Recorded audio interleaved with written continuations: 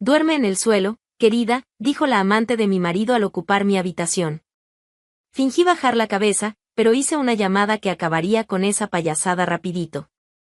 No puedes perderte esta historia. Si alguien viera mi vida desde afuera, diría que yo era feliz. Y tal vez, hasta ese momento, realmente lo era. No sabía que mi paz tenía fecha de vencimiento. No sabía que un día común, una tarde cualquiera, guardaría la chispa que incendiaría todo. Mi nombre es Isabel. Trabajo en una papelería en el centro de San Miguel de Allende, una ciudad colonial donde las paredes tienen colores de fiesta y los vecinos sonríen como si nada en el mundo pudiera salir mal. Pero la verdad es que muchas cosas pueden, y salen. Volver a casa siempre fue un alivio. Vivir con Adrián era, hasta hace poco, algo liviano. No era perfecto, pero tampoco me había dado motivos para dudar. Era educado, trabajador, e incluso cariñoso en los días indicados. Nuestro matrimonio tenía una especie de armonía silenciosa, de esas que se construyen más por la rutina que por la pasión. Y yo creía que eso estaba bien. Adrián era ingeniero y pasaba mucho tiempo fuera. A veces volvía cansado, otras, estresado. Pero nunca agresivo, nunca indiferente. Al menos, no hasta entonces. Cuando algo le molestaba, no lo decía, y yo, ingenua, pensaba que solo era su manera de ser. Creía que el silencio de los hombres era un tipo de amor callado. No lo era. Mi vida estaba llena de pequeñas certezas, la llave de casa en el fondo del bolso, el olor del suavizante en la ropa tendida, el sonido de sus zapatos cruzando la puerta al atardecer. Y también estaba doña Carmen, su madre. No vivía con nosotros, pero vivía cerca. Tenía una casa encantadora en el barrio de arriba y un temperamento tan fuerte como su presencia. Cuando nos veíamos, generalmente los fines de semana, me trataba con un cariño raro. Me llamaba mi niña, ofrecía consejos que venían más como órdenes disfrazadas de afecto. Nunca se metía en nuestro matrimonio, pero siempre encontraba la forma de recordarme que estaba allí, cerca, como un pilar. Confieso que al principio desconfié. Suegra es un título que carga historias de guerra. Pero con el tiempo, fui notando que Carmen era diferente. Tenía una forma directa, sin rodeos, pero me acogía como quien ya había decidido quererme. A veces, cuando Adrián estaba demasiado ausente, era ella quien me hacía sentir parte de algo. Y aunque no compartíamos el mismo techo, llenaba vacíos que él ni siquiera notaba. Y era en ese equilibrio frágil, hecho de rutina, silencios y apariencias, que mi vida seguía su curso. Me levantaba temprano, preparaba café, me ponía mi uniforme azul de la papelería, recogía el cabello en un moño rápido y salía por las calles empedradas con la impresión de que todo estaba donde debía estar. Hasta que dejó de estarlo. Recuerdo perfectamente lo que vestía ese día, jeans oscuros, blusa blanca de lino, aretes pequeños de perla. Recuerdo el calor seco de la tarde, las charlas intrascendentes en la tienda, los pasos apurados de regreso a casa. Nada, absolutamente nada, señalaba lo que me esperaba del otro lado de la puerta. Mientras caminaba por las calles floridas de San Miguel, pensaba en hacer arroz con lentejas para la cena. Pensaba en llamar a doña Carmen al final del día, contarle sobre una clienta graciosa que había pasado. Pensaba en cosas comunes. En cosas pequeñas. Esas que solo importan cuando todo está bien. Pero la vida no avisa. Las fachadas coloridas, que siempre me parecieron acogedoras, ahora me dan náusea cuando paso frente a ellas. Porque aprendí, de la peor manera, que no todo lo que brilla es certeza. Y que las casas bonitas también esconden mentiras feas. Hasta esa tarde, yo creía haber construido un hogar. No un castillo, ni una historia de novela. Pero un lugar seguro. Un lugar mío. Me equivoqué. Me equivoqué feo. La puerta estaba entornada. Eso ya debería haberme alertado. Adrián nunca dejaba la puerta así. Era meticuloso. Tenía la manía de cerrar todo 2 veces, de revisar ventanas, de asegurarse de que nada quedara vulnerable. Pero ese día, ahí estaba, apenas cerrada. Como si la hubieran olvidado. Como si la casa me estuviera avisando que algo había cambiado, pero yo no entendí. Entré sin prisa. Llevaba una bolsa con pan y leche. Mi turno en la papelería había sido agotador, y todo lo que quería era tirarme en el sofá, quitarme los zapatos y, tal vez, Tal vez oír la voz de mi marido diciendo algo banal, algo tonto. Cualquier cosa que sonara familiar. Pero la casa estaba extraña. Demasiado silenciosa. No el tipo de silencio pacífico, sino ese silencio denso, cargado. El tipo de silencio que precede el estallido de un trueno. Llamé. ¿Adrián? Ninguna respuesta. Caminé hacia la cocina. La luz estaba encendida, pero no había nadie. El olor en el aire era distinto. Un perfume dulce, exagerado, sofocante, que definitivamente no era mío. Un perfume barato e invasivo, que parecía apoderarse del espacio con arrogancia. Subí las escaleras con el corazón en un puño. Algo en mí ya lo sabía. El cuerpo aún obedecía, pero el alma ya gritaba. Había una pulsación en las sienes, un peso en los hombros, una urgencia sin nombre. Llegué al cuarto. La puerta estaba entreabierta. La empujé con la punta de los dedos. ¿Y lo que vi? Lo que vi destruyó todo. Adrián. En la cama. Con otra mujer. Como si mi hogar, mi cama, mi mundo, fueran el escenario de un espectáculo asqueroso que ellos representaban desde mucho antes de lo que yo imaginaba. Congelada, me quedé ahí. Un segundo, 2. El tiempo se detuvo. Las piernas flaquearon. Las palabras no salían. Me faltaba el aire. Pero aún así, con la voz entrecortada, logré preguntar. ¿Qué está pasando aquí? Ellos me miraron. Ella, morena, cuerpo curvilíneo, ojos desafiantes, se acomodó la sábana como si tuviera derecho a ese gesto. Como si eso le perteneciera. Adrián. Adrián sonrió. Una sonrisa fría. Una risa seca, burlona, que me cortó más que cualquier cuchillo. No había culpa en sus ojos. No había remordimiento. Solo había desprecio. Se levantó de la cama como quien no tiene nada que ocultar. Como si la intrusa fuera yo. Como si la casa, la cama, él mismo, nunca hubieran sido míos. ¿Todavía estás ahí, Isabel? Dijo, con un tono que jamás imaginé oír de él. ¿Vas a quedarte mirando? ¿O te vas a largar? Sentí que el corazón colapsaba. ¿Cómo dices? Alcancé a decir, con la voz fina, temblorosa, descompuesta. Adrián cruzó los brazos, ya vestido, con una calma indecente. Sara va a vivir aquí ahora. Así, sin más. Sin pausa. Sin vergüenza. Como si fuera un cambio de turno. Como si estuviera reemplazando un mueble, no a la mujer con la que compartió años de vida. Mi estómago dio vueltas. La cabeza me giraba. Me faltaba el suelo, y, al mismo tiempo, parecía que me sujetaba.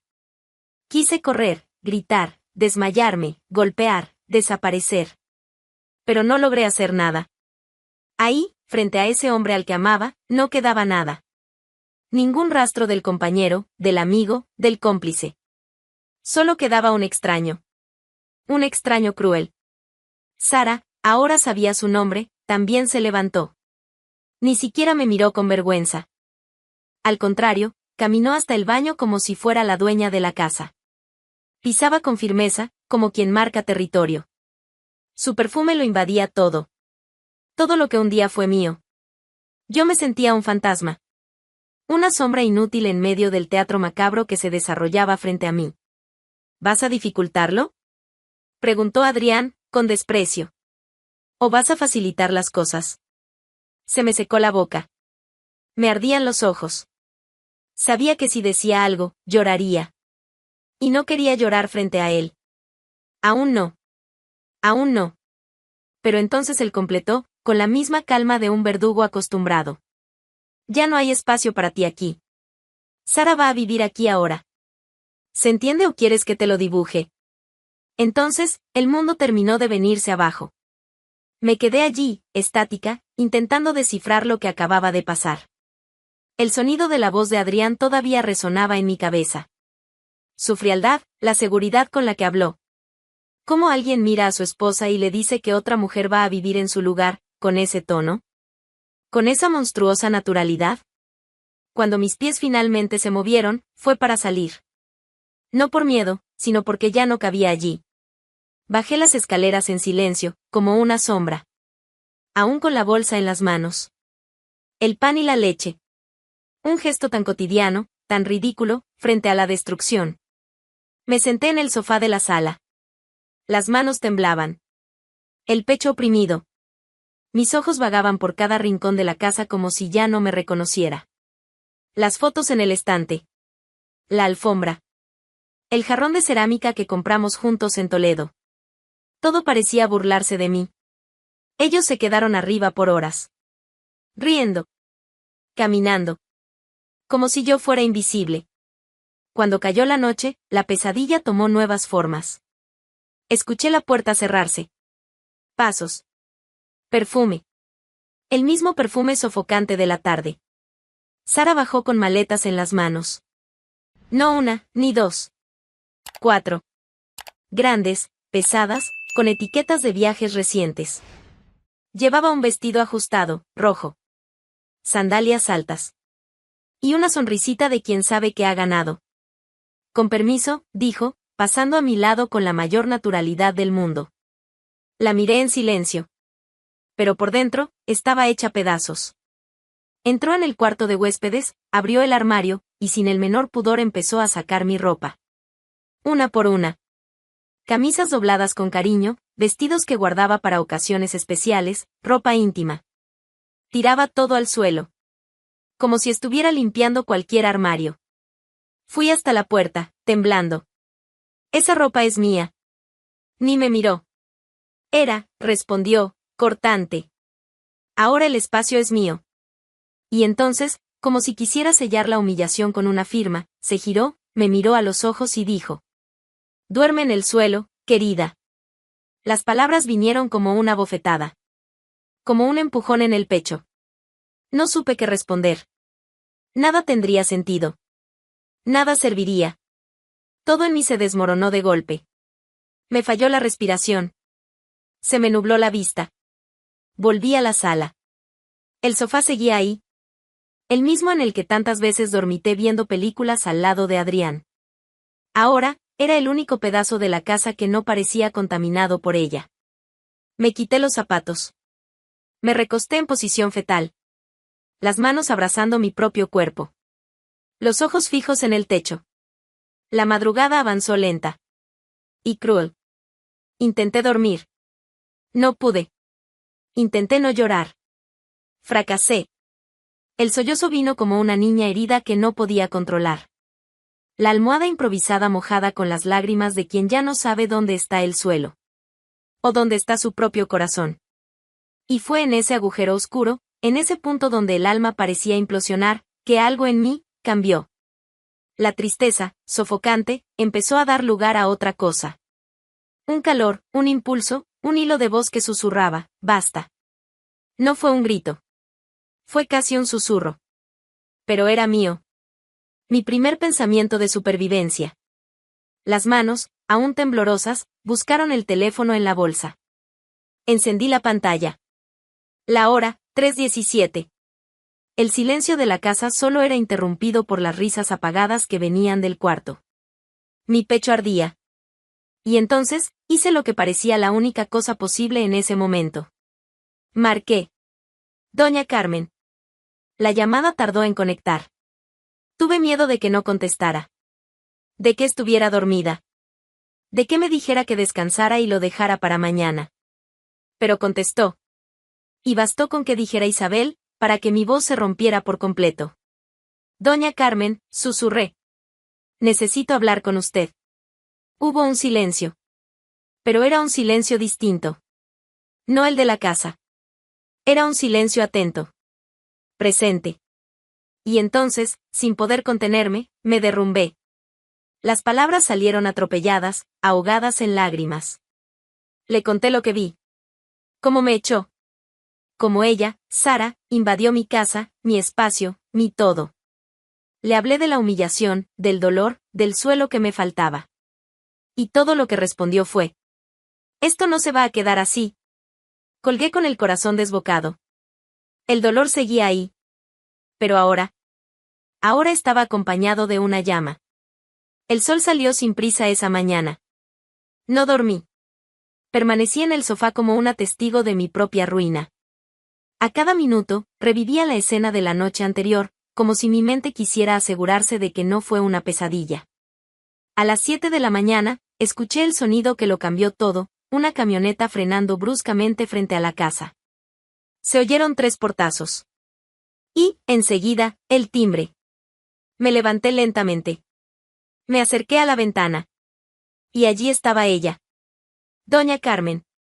Vestido oscuro, cabello recogido en un moño firme, ojos encendidos.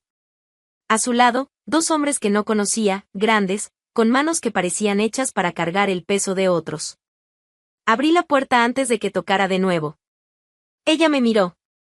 Ni un abrazo. Ni una palabra. Solo pasó junto a mí como una tormenta silenciosa que sabía exactamente dónde y a quién golpear. Subió las escaleras directo. No esperé. Fui detrás. En la cima, Adrián salía del cuarto. Sara venía detrás, con cara arrugada de quien había dormido poco o demasiado. ¿Mamá? Dijo él, sorprendido. No me llames mamá, respondió Carmen, con un veneno en la voz que jamás le había escuchado. Adrián sonrió, nervioso. ¿Qué estás haciendo aquí? Poniendo fin a esta payasada, respondió ella. Sara cruzó los brazos. Esto es abuso, ¿eh? La casa es de él, ustedes no pueden simplemente. Carmen le interrumpió sin siquiera mirarla. Silencio, niña. Ya hablaste demasiado con esa boca sucia. Sara abrió la boca para responder, pero se detuvo. Tal vez entendió que ese no era su escenario. Adrián intentó asumir el control. La casa es mía, Carmen. ¿No tienes derecho a? La casa es mía, Adrián. Yo la compré, yo la registré. Está a nombre de Isabel. Y ahora, los 2 van a salir de mi casa. El silencio que siguió fue absoluto. Yo, recostada contra la pared, solo observaba. Casi con lástima. Casi. Adrián rió. Esa risa cínica, forzada. Esto es una locura. Carmen hizo un gesto. Los 2 hombres empezaron a entrar al cuarto, sacando maletas, ropa, objetos personales. Las cosas de Sara volaban dentro de bolsas plásticas. Las de Adrián ni siquiera fueron dobladas. No pueden tocar mis cosas, gritó Sara. Claro que podemos, respondí yo, con voz tranquila. Solo estamos agilizando tu mudanza. Si quieres, puedo prestarte la bolsa en la que vino el pan de ayer. Es resistente. Ella me miró como si fuera a matarme. Yo sonreí. Adrián, desesperado, empezó a recoger lo que pudo. Intentaba argumentar con Carmen, pero ella ni siquiera parpadeaba. Has deshonrado esta casa. Traicionaste la confianza de quien te amaba. Váyanse. Ahora. ¿Y vamos a dónde? Estalló Adrián, aún sin poder creerlo. Fue mi turno de responder. No sé, Adrián. ¿Tal vez el hotel donde ustedes 2 se conocieron? O, quién sabe, el asiento trasero del coche de ella. Si se apuran, todavía alcanzan desayuno gratis en la esquina. Él me fulminó con la mirada. Pero no dijo nada más. En 10 minutos, ambos estaban afuera, con las pertenencias apiladas en el jardín. Adrián intentó recuperar la dignidad. Se van a arrepentir de esto. Sí, claro, murmuré. Voy a extrañar mucho tu silencio incómodo y tu perfume genérico de hombre. Sara, con tacones sobre la grava, tropezó. Casi cayó. La cereza del pastel. Fue entonces cuando Carmen me entregó un manojo de llaves. Las de ella. Quédate. La casa ahora es tuya. Siempre fuiste mi verdadera familia, Isabel. La única. Adrián aún me miraba, como si esperara un poco de piedad. Pero lo único que le di fue una última frase, dicha con el alma firme. Duerman en la calle. Y cerré la puerta. Dicen que cuando alguien se hunde por cuenta propia, la caída es más rápida que cualquier empujón.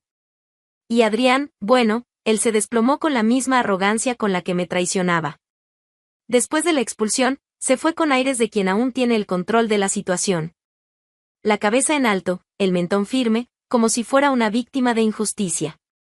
Pero la verdad es que se fue cargando no solo maletas, sino el peso de su propia estupidez.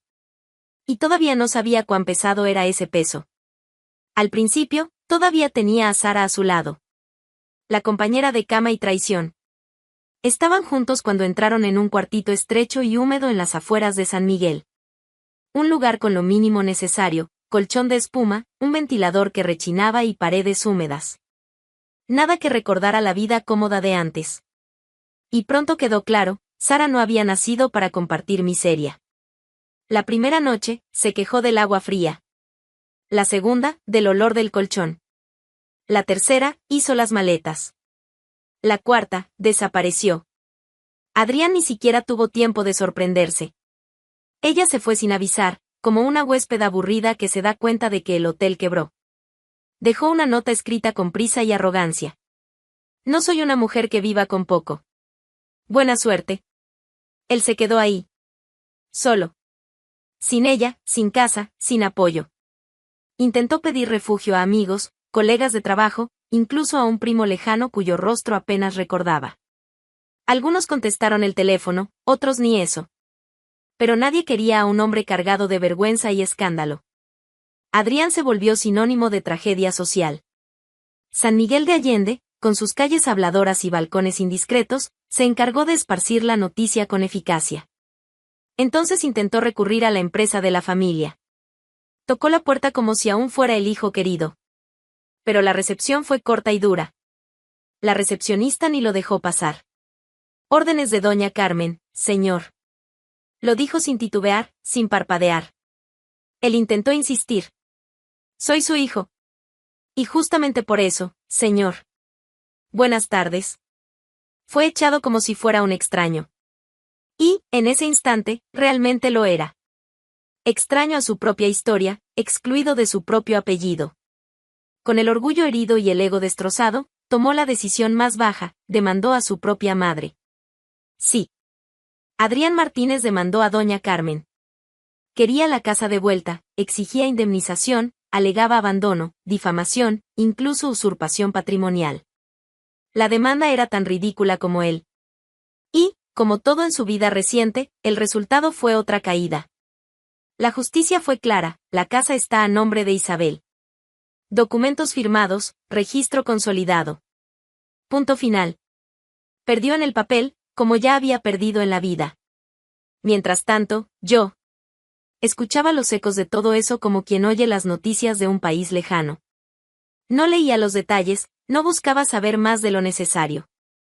Solo escuchaba, por encima, y volvía a mi taza de té, a mi nueva alfombra en la sala, a mi silencio reformado. El dolor todavía vivía aquí, pero ahora pagaba alquiler. No hubo un día exacto en que me sentí bien. La cura no llegó como un evento. Se arrastró por los rincones de la casa, como polvo que va siendo barrido poco a poco. Primero el cuarto, cambié las sábanas. Luego el armario, doné su ropa. Las fotos salieron de los portarretratos, los marcos quedaron vacíos por un tiempo. Hasta que un día, sin planearlo, puse una imagen nueva, un paisaje del campo. Nada mío, nada de él.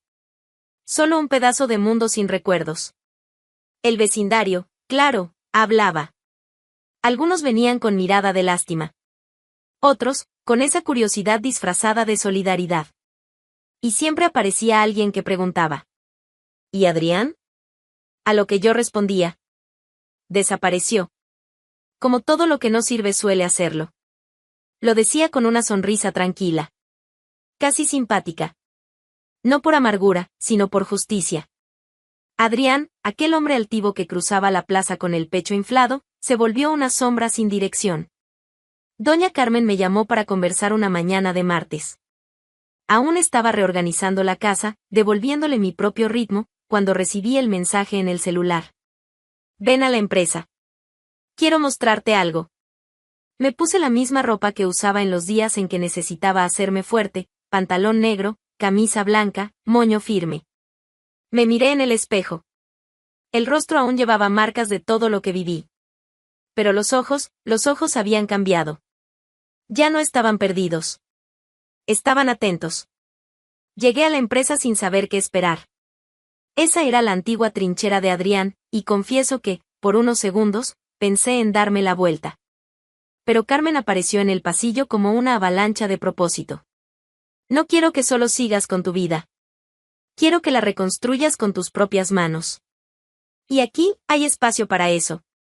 Me condujo a una sala amplia, antes usada por directivos que solo conocía de nombre. Ahora era mía. Sin avisos poéticos, sin gestos teatrales. Solo un escritorio limpio, una computadora, algunos papeles y confianza. Eres buena con la gente. Tienes sensibilidad y firmeza. Te quiero aquí, en el área comercial. Dijo, y se fue. Empecé tímida. Observando. Escuchando más de lo que hablaba. Pero pronto entendí cómo funcionaba la maquinaria de esa empresa, mucha pompa, poca escucha. Faltaba tacto. Faltaba mirada humana. Faltaba lo que yo tenía de sobra. En 2 meses, ya dirigía reuniones con clientes, organizaba propuestas, resolvía conflictos entre sectores que vivían en guerra fría. Gente que me veía como la mujer traicionada del patrón empezó a respetarme como la mujer que está sosteniendo este departamento.